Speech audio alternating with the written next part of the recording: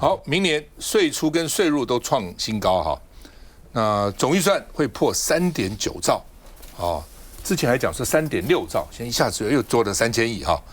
那社會福利會佔1.3438兆，啊，國防預算1.1225兆，地方補助1.3579兆啊，那這是這個主要的這個預算了哈。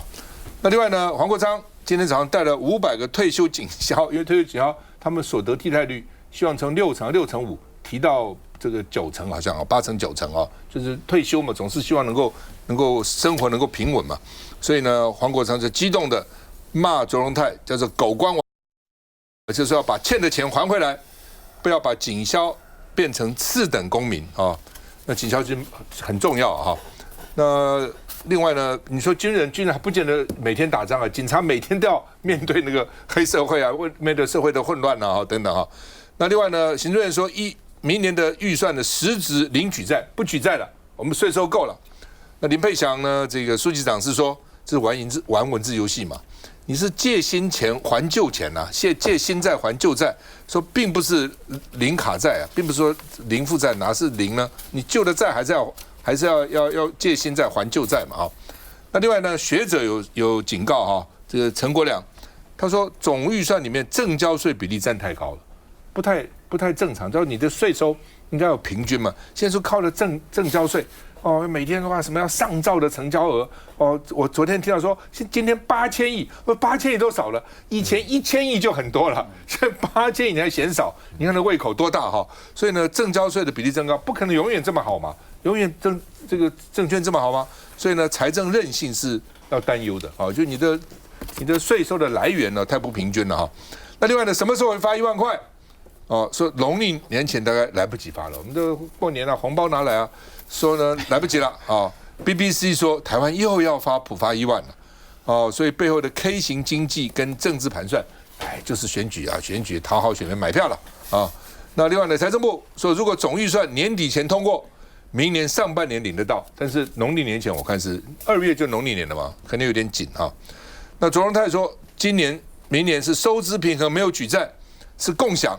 哦，是我們是富民，不是窮台。因為去年國民黨說應該發，那民進黨說哦那是窮台，那幫老共打台灣，把台灣榨乾了。所以今年呢，我們是共享，今年就叫富台，今年叫富民，去年是窮台哦。所以我們並沒有2個標準，因為情況不同。這昨天他就說明了哈，傅崐萁加碼說1萬塊哪夠啊？2到3萬，國民黨都要規劃不？因為今年多超收8000億嘛，今年超收8000億。那你1人1萬就2300多億嘛，3就是1人3萬的話，這個大概7000億，7000億還剩1000億啊，所以他們說規劃2到3萬嘛，哦，他不是沒有錢，他說你既然多收了，對不對？國庫署說至少需要5個月的準備時間。聯合報的社論是問了，說發1萬就能夠收買人心嗎？就能夠踐踏憲政嗎？我們看一下，現役的警察站在行政院門口，保護卓榮泰這個王八蛋，因為你們在依法行政，很多年輕人、很多台灣人共同的心聲啊。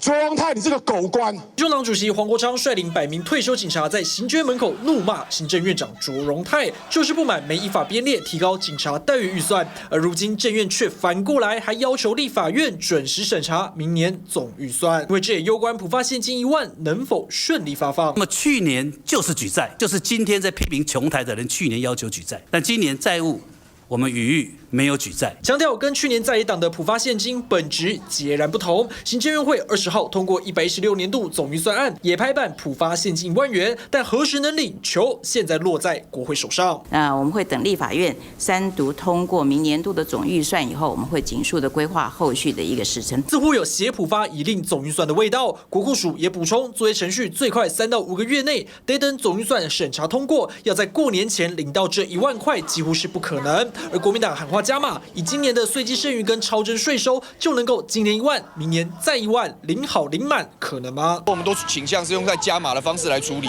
但是我們過去就贊成這樣的一個方式，只要稅收有超收，就還給人民。面對藍營訴求，主計處強調，沒增加債務，不排擠津貼建設，不宜用前年度稅基剩餘條件3缺1不可。是就是民進黨第一時間說要發這普發1萬的時候，那時候情勒在野黨就說你們趕快在今年年底的時候總預算過啊，大家才春節前才拿得到，就根本裝孝維嘛。就是財政部出來講說，就算立法院年底的時候3讀通過，大家春節前還是拿不到。而且按照這個所謂財政部講的期程，我們如果年底通過，還要再5個月，因為通過以後它才能夠進行招標程序，而且程序要因為不是特別預算，所以還比較複雜，所以要5個月以後。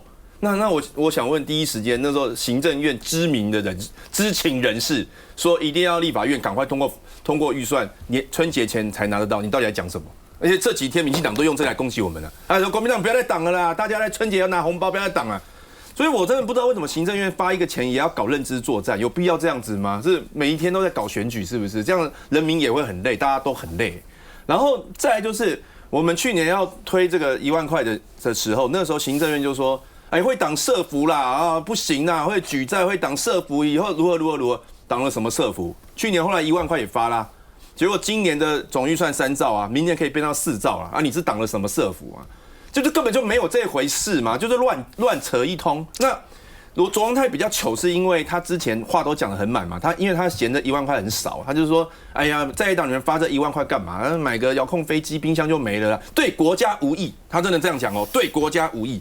那為什麼現在發1萬塊又變多了，錢又變大了？是因為我們去年是要發新台幣，你要發美金嗎？都沒有啊。然後，所以這個羅榮泰就開始講金句，就昨天講了一個金句，我看了都覺得很好笑。他說沒有雙標，只有達標。這兩個標不同的東西啊，一個是標準，一個是目標，就是每天在那邊鬼扯，我真的沒有看過這一種行政院長啊。我們現在是希望就是說，不要這個，好像今天要不要發這1萬塊都要看行政院高興，都要看賴清德高興。他們要選舉了就來發這1萬塊，這也不是我給他扣帽子哦，因為去年他們就是這樣講我們說，在野黨就是要用你的錢買你的票。那我在想說，為什麼他們這樣想呢？奇怪，以小人之心度君子之腹。哦，原來是一種心情投射，就是說他自己就是這樣做，所以他就會這樣懷疑別人。所以他今年就是因為要刺激年底的選舉嘛，跟明年的賴清德的選舉嘛，所以就發1萬塊錢。他就是因為我要選舉了，我就發這1萬。那如果你沒選舉，人民就拿不到了，不是很衰嗎？所以我認為這件事情應該就是要把我們在討論說，是不是要把它立法變成一個規則。就是說，比如說到達什麼狀況之下要發，而且金額也按照這個法律的規定來發，而不是看他們高興，或者他選情糟了就用你的錢買你的票，選情好了或不選舉你就拿不到，而且他們把這個錢。就是其實這個是因為民間很努力啦，我們 AI 紅利是大家努力的結果嘛，也不是他的功勞。但是像他們民進黨立委把他講的好像他的錢一樣，像張世剛的好朋友吳思瑤他就說在野黨，我告訴你為什麼你們不能發，我可以發，因為這個就是自己賺的錢，自己有決定怎麼發，這是吳思瑤講的哦。我們大家繳的稅，企業努力的繳納稅，現在變成吳思瑤賺的錢了。然後他來決定怎麼發，不是？我覺得這是大家的錢，而且國家應該有一個規則，所以大家現在應該是來討論怎麼定一個規則，然後每一年然後來做，而不是看他高興。我覺得沒有什麼侵害行政權啊，這是國家怎麼運作的問題。要不然你朋友這樣講，你怎麼看？我好朋友專長是造謠啊，我覺得第一個啦，就是你是去年在野黨還說要發嘛，那去年罵成什麼樣子？罵成狗血淋頭，說這些人的窮台了，先窮台再統一。沈伯洋講的，事不到1年我記得是去年大概11月領的，不是不到1年，他現在要再發一次，告訴大家是因為稅太多，那到底是我們的稅太少還是稅太多？然後去年什麼舉債，怎麼今年不用舉債？但是我們的稅，我們累積債務現在是6兆多是6，我們並不是說沒有債務的政府，我們是有6兆多的債務，所以卓榮泰也不必在那邊粉飾太平，坦白就直白的講嘛，就是我收錢多了，我就是要拿這個錢來買大家的歡心嘛。其實大家明眼都看得穿、看得透，也不必講說什麼證交稅啊等等等等，那就是 AI 紅利。坦白講，這民進黨政府在從中也沒有造什麼福啊，也沒有幫什麼忙啊，也都是民間的社會靠自己的努力，像台積電被川普壓着去設廠，然後這樣子去創造出來的 AI 紅利，然後輝達在台北設這個亞太總部，吳思瑤跟沈伯洋說，這個是民進黨的忙哦。蔣萬安只是這個割到尾哦，這不是蔣萬安的功勞，叫蔣萬安不要蹭輝達。你說這個整個的邏輯讓大家聽起來就是覺得莫名其妙。當初市政府在爭取輝達落地在台北的時候，民進黨幫什麼忙？沒有幫忙，在旁邊就袖手旁觀啊。所以輝達後來也講啊，就是如果他不來台北北士科這塊地，他就去新加坡或是南韓，就不會去其他地方的選擇。所以其實這一切的一切，其實都是大家一起創造出來的，不是今天搞得好是民進黨的這個我那麼錢，我施恩大家，然後呢這個大家跟我 say 謝謝，好，這個感謝盟主隆恩。我覺得這個感覺態度邏輯，我覺得是很不舒服的。這個北士科，我覺得民進黨他們講的是沒有道理的。他說什麼是啊？這個台北市這個意思說不是台北市不是台北市爭取来，是這個輝達選，不是輝達自己選這個地方的。对。你如果選，好吧，就算我要選你，你如果搞得一塌糊塗，他这個不行那個不行，他也不會選你啊，對吧？而且你想輝達只會有一個地方，他絕對不會的，他一定2、3個地方要挑嘛，所以你不能說。當然，人家看中這個地方也沒錯，有各種理由啊，對台灣的基礎設施啦、用電啦，還有整個這個上下游啦等等這。但是台北市那麼努力，你看李四川是那麼努力，然後把這個條件開創出來，你說這都不錯，是我挑你的，跟你那個你怎麼樣都沒關係。講這話，你摸摸良心，這個講得通嗎？只要稍微有一點明理的，你這話講得通嗎？這是一個。第二呢，我很多年就講，最好每年都有選舉，選舉是財富的再平均。這不就看得出來，選舉才有好康的。休息再回來。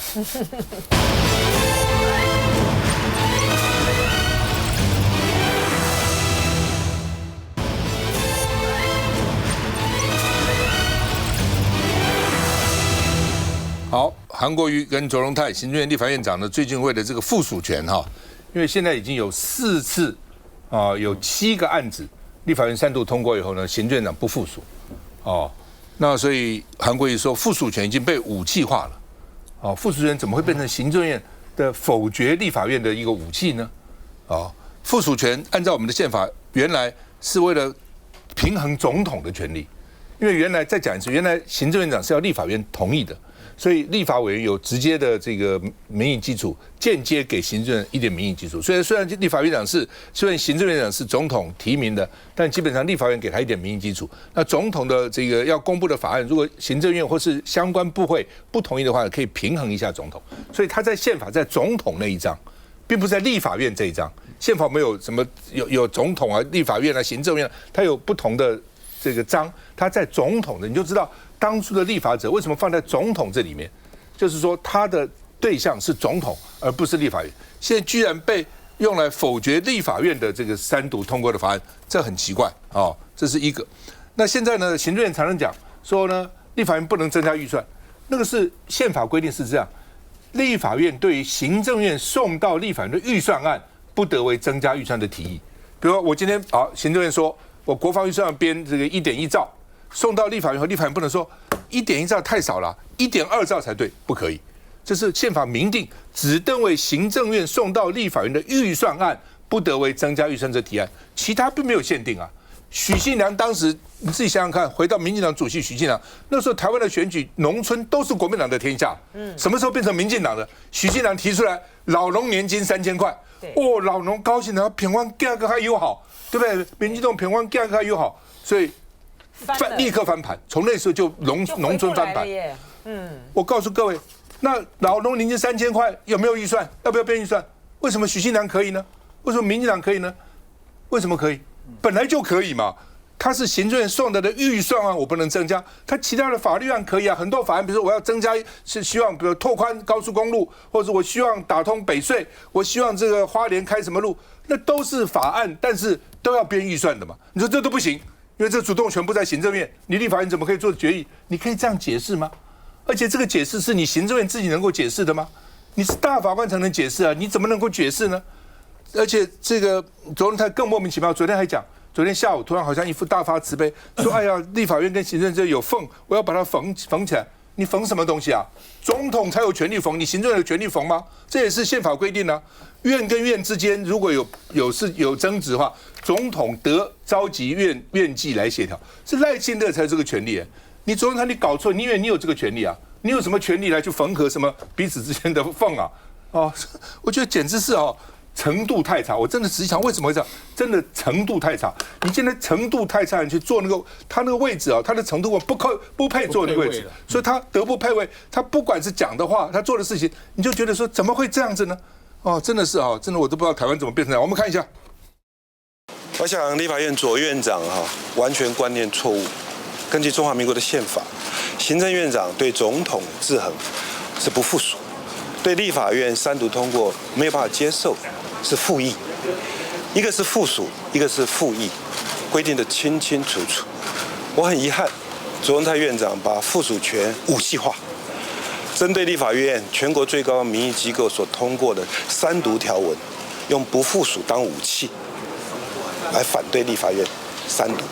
總統也公告了，但行政院長不附屬。卓院長，這是大錯特錯。希望卓榮泰院長在這最緊要的關頭，不要當傷害台灣民主憲政的一個推手，千萬不要。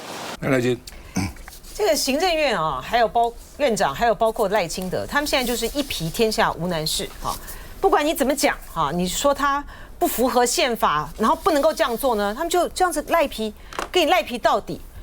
像比如說剛才談到這個軍人加薪的問題，吳崢說，本來立法院就不能夠幫這個軍人加薪啊，是只有行政院才能做，錯了，大錯特錯。民進黨政府以及民進黨的高官，他們就是存着這樣的心態，只有我民進黨政府可以做，只有我民進黨能夠提出法案，在野黨所做的都是錯的。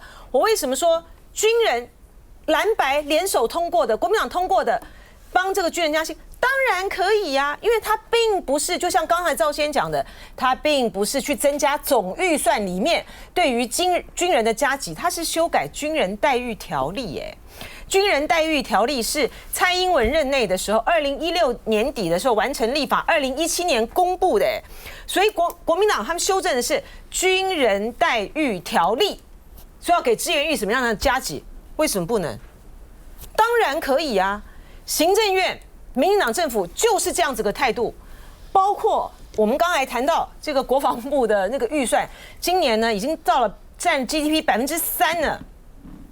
國防部怎麼編的？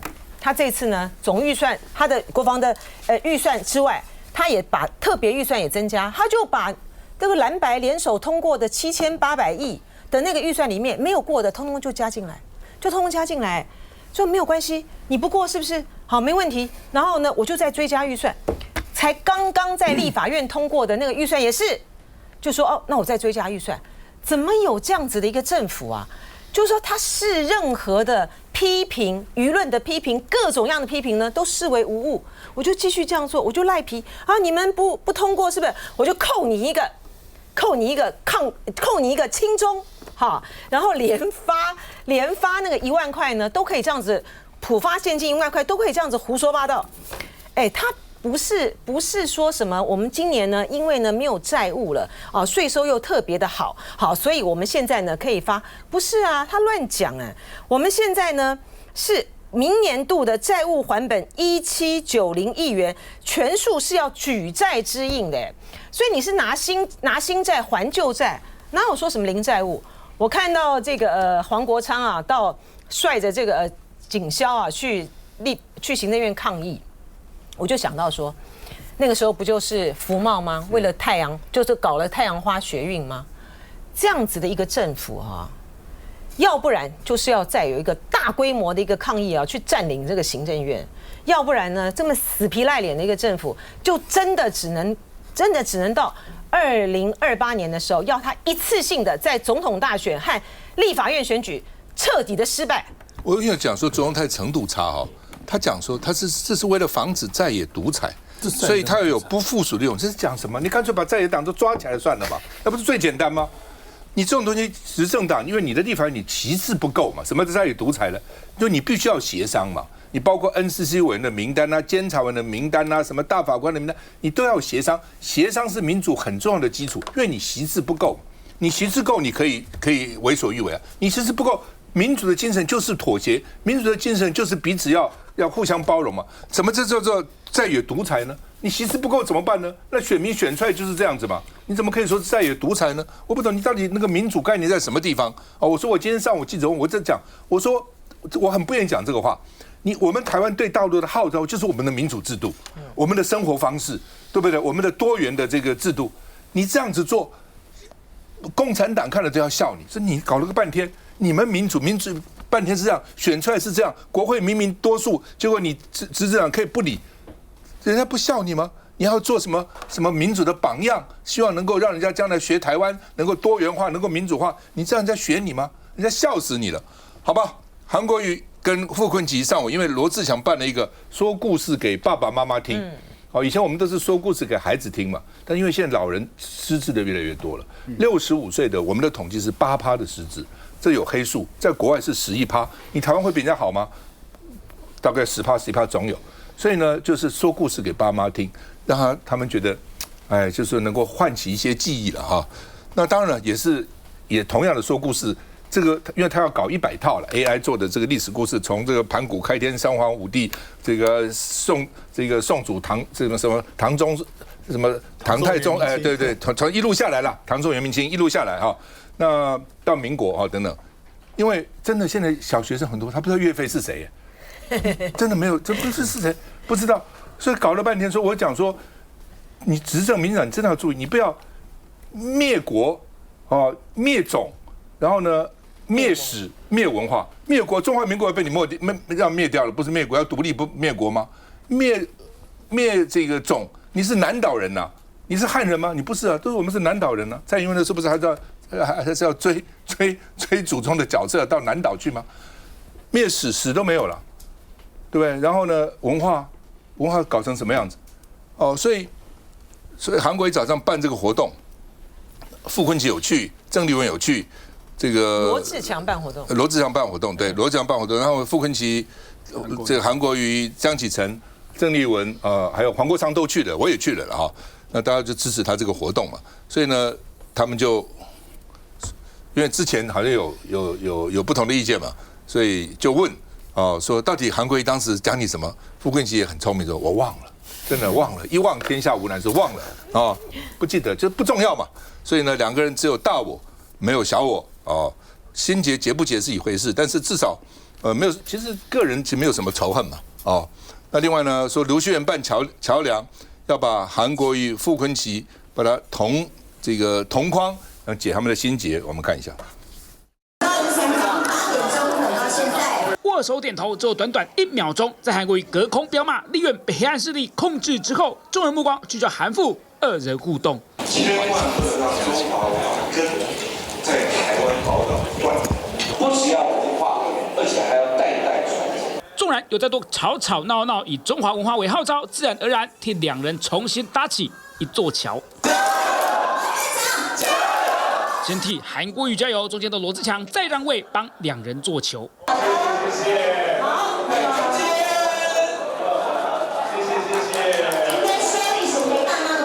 一起比個愛心，韓國瑜再主動手握傅崐萁，這是否意味着兩人就此融冰？一起救命啊！救命啊！希望一切都平和，所以一事能順利。家和萬事興。我跟韓院長，我們只有大我，沒有小我，唯有團結同心，才能贏回台灣，造福百姓長生。韓傅和解是逗號還是句號？不知道。來，孟凱。講歷史給爸媽聽呢，我想這也是小朋友現在可能都忘了我們這很多的這個歷史啊，所以絕對不要什麼搞成岳飛殺張飛殺得滿天飛啊，不要搞錯。不過拉回來講，我覺得在野黨團絕對是家和萬事興，而且絕對要全力以赴。為什麼？因為面對到現在這個毀憲亂政的行政院啊，卓榮泰院長，你真的錯了，大錯特錯，而且不止錯，我更甚至觀察到已經有點走火入魔了。為什麼這麼講呢？他開口閉口都講指責別人叫做違憲啊，但我們中華民國五權憲法分立制度，違憲是你行政院說了算嗎？違憲是你行政院判定嗎？違憲是你行政院一個人就可以指責別人嗎？當然不是啊。但今天行政院長用違憲這兩個字要扣別人帽子，所以我們先第一講第一錯。行政院長錯就錯在你沒有依法行政，甚至你衍生出一個憑空捏造的不附屬的權利。行政院如果對立法院有任何的不同意相關的法案，那個叫復議，你可以復議。但過去也提復議，但復議被打臉之後，他開始不用復議了，因為他知道提復議是自討沒趣，所以他現在開始用附屬。那我們等一下更講到，剛剛我也想問民進黨發言人了，如果說講是說哇，這個軍人加薪條例、警察人事35條，這叫毀憲亂政。不要忘記哦，那個時候行政院長還附屬了，那時候總統還公告了，所以連總統公告跟行政院長附屬的軍人加薪以及警察人事35條都還沒有依法行政，更不用講是說你自己憑空捏造，這是第一錯。第二錯是，如果真的是違憲的話，其中這一次不附屬有衛星廣播電視法，在立法院是連民進黨團都同意啊，難道民進黨團也違憲了嗎？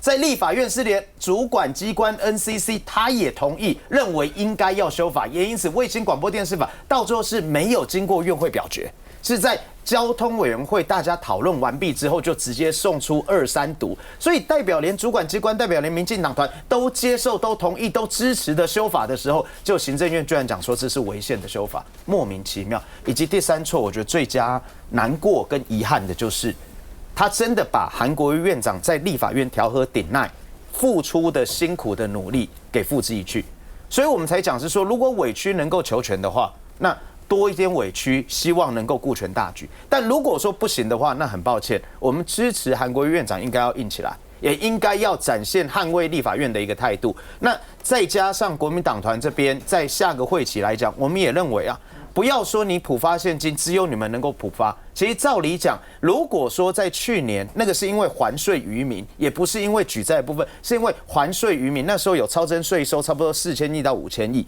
也因此我們才提出說1萬塊的一個普發現金。那今年假設有超徵8000億的話，那依比例來分配嘛，不要說選舉到了你想發紅包的時候才來發紅包。我想這個錢是人民的納稅錢，就應該還錢於民，還稅於民。今年。回應一下孟考員，今年沒有超徵的，因為今年都還沒。所謂超徵是講說，我實際收到的稅收大幅超越了我預期收到的稅收嘛。那2026明年的預算是基於今年的稅收，今年都還沒有過完，所以明年的預算當然基於現在明年對於明年預期總共可以收多少稅編的，所以其實我們現在談的都是預期會有多少稅收，所以跟超徵是不同的概念了。那講回來，這個憲法的問題，就確實不，這就涉及到其實這個問題，我們過去大概已經談了，我想沒有2年也有1年了。啊，那包含其實我再把行政院立場講清楚一點，就是包含過去其實大法官是解釋過這個問題，439(1)啊，也就是剛剛趙大哥講到立法院不得為增加預算支出等等。但是當然國民黨現在說啊，那個是指的是預算案，那現在法律案不同。但我們回到44391的理由書裡面，其實有講，裡面有講當時包含吳根大法官等人去認為說會要在這個憲政裡面抓一個分界，主要原因是因為要確立責任政治之釐清，不能讓政策的歸屬最後無從認定嘛。那看現在確實我們是遇到同一個政策到底要算誰的，例如說賴清德總統推了0到18歲成長基金，那在野黨在立法院提一個未來賬戶，其實同一件事情。那你說這個難道不是國家的重大政策嗎？可是那到底國家的重大政策是在行政權裡面推動，還是說現在是以立法權來推動國家重大政策？就其實行政院跟立法院走到今天，其實整個過去兩年來的互動其實是逐步演進嘛。例如說，以當年民進黨我們也認為違憲的這個國會職權法的相關修法，其實在2024年9月來通過。其實當時包含卓榮泰院長，他當時是附屬，然後後來總統公告以後去申請這個憲法法庭釋憲。那但是後來因為憲法法庭把立法院通過這個國會職權法的相關判決，去作為一個違憲的認定之後，後來國民黨在立法院就改了司法院組織法的相關條例嘛。所以我覺得現在不管我們再怎麼講，或者說韓國瑜跟卓榮泰再怎麼講，其實大家對於憲法到底是什麼實質規範，就是有歧義的認定。那其實這個就回到，就例如說我們今天如果例如說路上交通碰撞好了，那最後我講我的，你講你的，那怎麼辦？大家去法院啊。那問題是說，現在行政院跟立法院之間，我講我的，你講你的，那其實最終正本經院知道還是要回到憲法法庭嘛。那憲法法庭這個又會講到，好，我相信國民黨朋友會說啊，因為這個你們送的這個大法官人事啊，2波進來，總共16位大法官人選啊，立法院都覺得不夠好，那你就要繼續提啊。可是我還是要講，但是為什麼現在憲法法庭被癱瘓無法運作？其實還是回到。因為國民黨之前把大法官會議的運作規則改了嘛，你們改成一定要10個大法官才能夠來去開會，才能夠來去做判決，所以導致憲法法庭現在實質被癱瘓。所以要解這個問題，我覺得還是要回到這邊來。但是我們看美國，哈，美國大法官就算9個大法官，哦，那一般都是5個保守，4個自由派，或者是5個自由派，4個保守派，一般是差一個。現在是因為比較特殊了哈。一般情況是這樣，就你不能差太遠，你不能提名大法官都是親綠的嘛，都是你的。那麼你是今天如果說你民進黨在立法院占多數，国民党提這樣的大法官都是親藍的，你會通過嗎？這不能協商嗎？協商一下說這些法官我們找一些比較中性的政黨這個色彩沒有那麼強的，然後大家是不是彼此大家都能夠溝通？這都可以溝通嗎？這有那麼困難嗎？需要再回來。新聞。